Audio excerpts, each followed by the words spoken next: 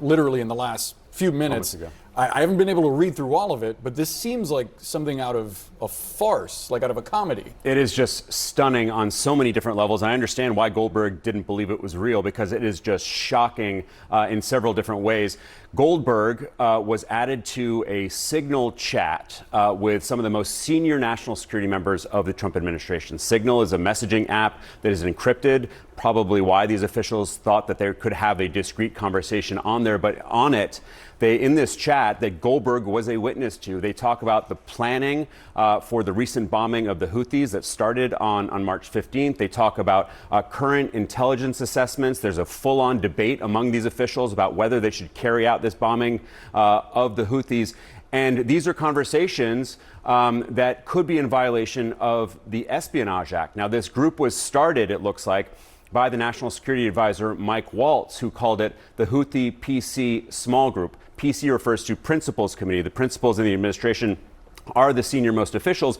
And among that group of senior officials, you have the National Security Advisor, the Vice President, the Secretary of Defense and of State, the Director of National Intelligence, the CIA Director, Steve Witkoff, the Special Envoy, the Chief of Staff to President Trump, and the list goes on. There are 18 of them. So there's this debate over whether the U.S. should go through with this bombing of the Houthis.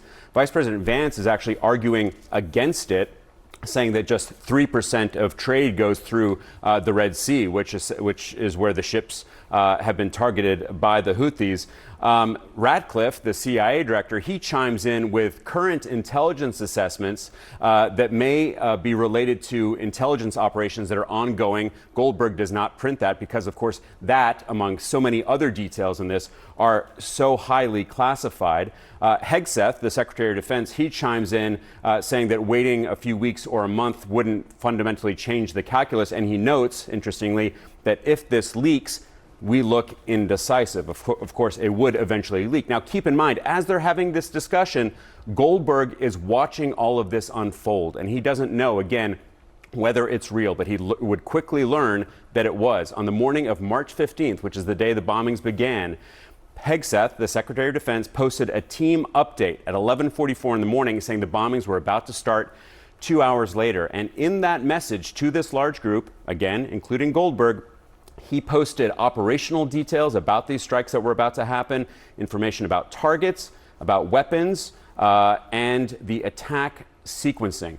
2 hours later, the strikes started. Goldberg looked up on Twitter, and he started to see explosions happening in Yemen, and that's when he knew it was true. And that's when these officials essentially started celebrating.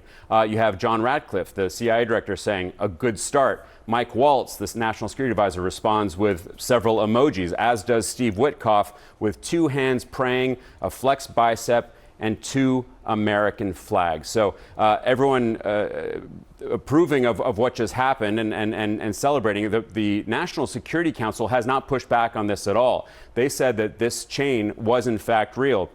Brian Hughes, the National Security Council spokesman, says this does appear to be an authentic message chain. They are looking into how and someone was inadvertently added, how Goldberg was added to this chain, and he tries to spin it as a demonstration of the deep and thoughtful policy coordination between senior officials. So no pushback from the White House in terms of the authenticity of this. But again, this may violate the Espionage Act. Jeffrey Goldberg and his colleague Shane Harris, who's an intelligence reporter, spoke with several lawyers who say that it may have violated the provisions that govern the handling of national defense information.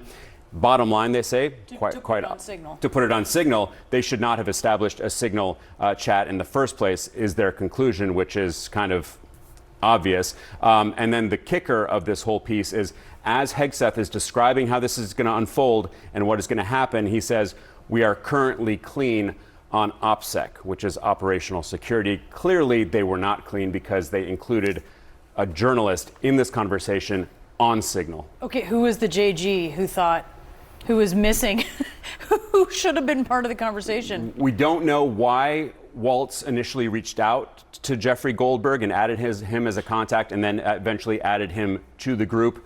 You're absolutely right. They probably thought they were adding someone else from within the administration who had a similar name. Why this mistake happened is just the first of a very long list of questions. Wow.